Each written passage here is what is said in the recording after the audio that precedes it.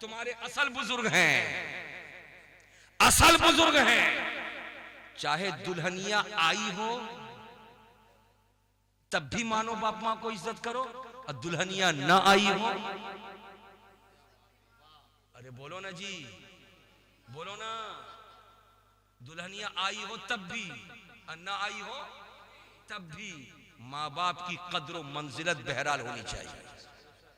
और कोई माँ अगर अपने जवान बेटे पर उंगली उठाती है और कान भरती है, सिखाती है कि बीवी की पिटाई कर, बीवी को मैके भेज, बीवी को बोल तीन चकिया टोटो, जब उसका बाप देगा तब आएगी।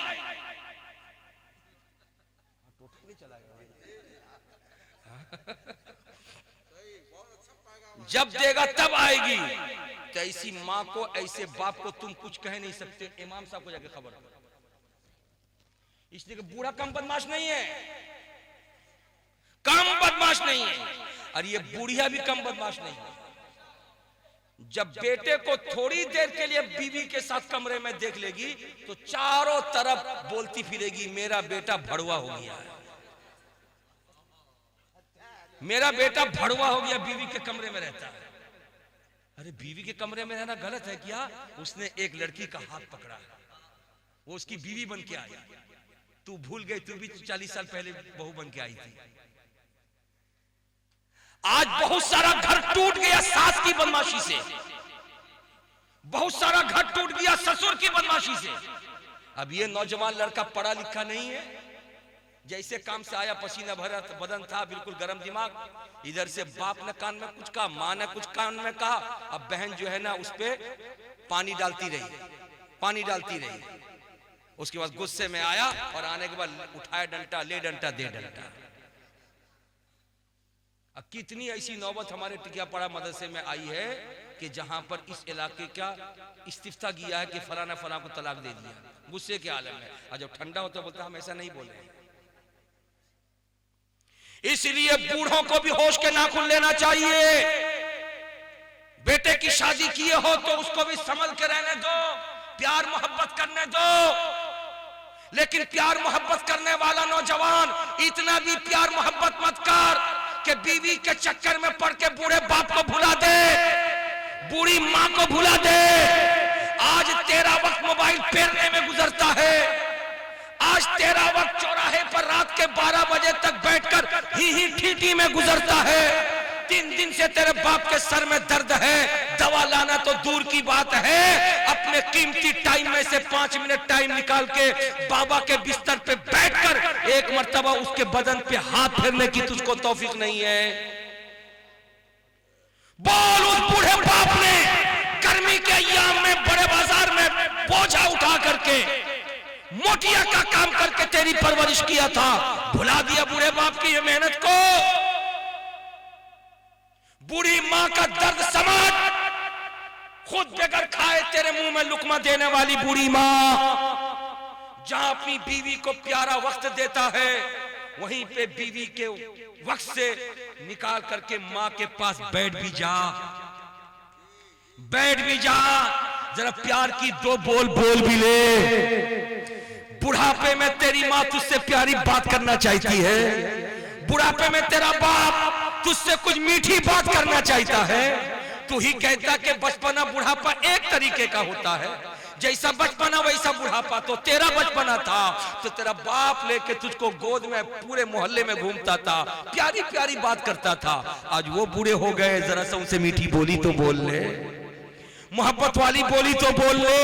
अगर बोली तू नहीं बोल पाता है तो याद कर तेरा बाप भी वैसा ही बाप निकलेगा जो बाप पाकिस्तान की धरती पर अपने बेटे के खिलाफ मुकदमा दायर किया था।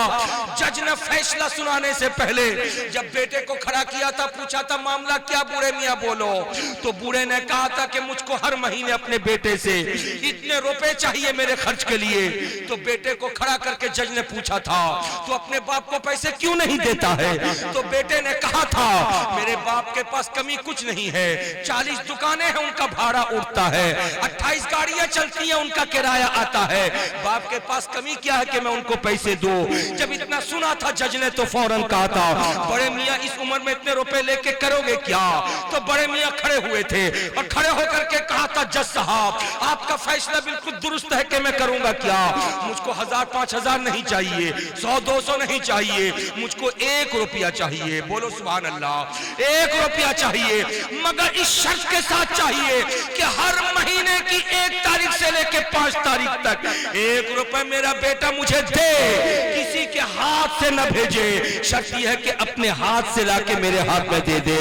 इतना सुनना था तो जज अपनी कुर्सी छोड़ के खड़ा हो गया था और खड़े होकर के कहा था, मुझे ये बात समझ में नहीं आई, 1 रुपए चाहिए और इस शर्त के साथ चाहिए कि बेटे के हाथ से चाहिए, दूसरे के हाथ से नहीं। पोते के हाथ से भेज दे कहा नहीं, बीवी के हाथ से भेज दे कहा नहीं, किसी और के हाथ से भेज दे कहा नहीं, बेटा अपने हाथ से लाके दे।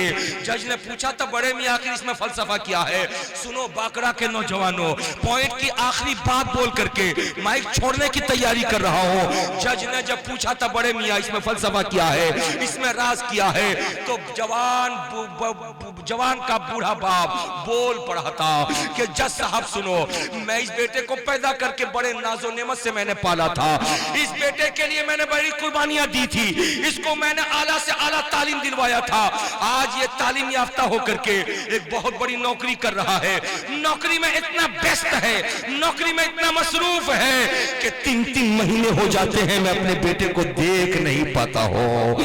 3-3 महीने गुजर जाते हैं, बेटे के चेहरे को नहीं देख पाता हूँ।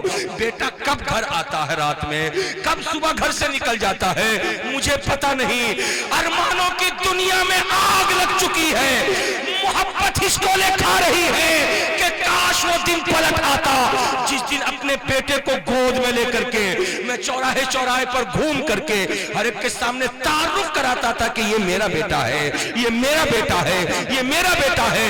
मगर पलट करके वो दिन आने वाला नहीं है। बस अरमान इतना है दिल में कि बेटा कम से कम रोज न सही 1 रुपए देने के बहाने महीने में 1 मर्तबा मेरे सामने आ जाए ताकि उसका मैं चेहरा देख सकूं।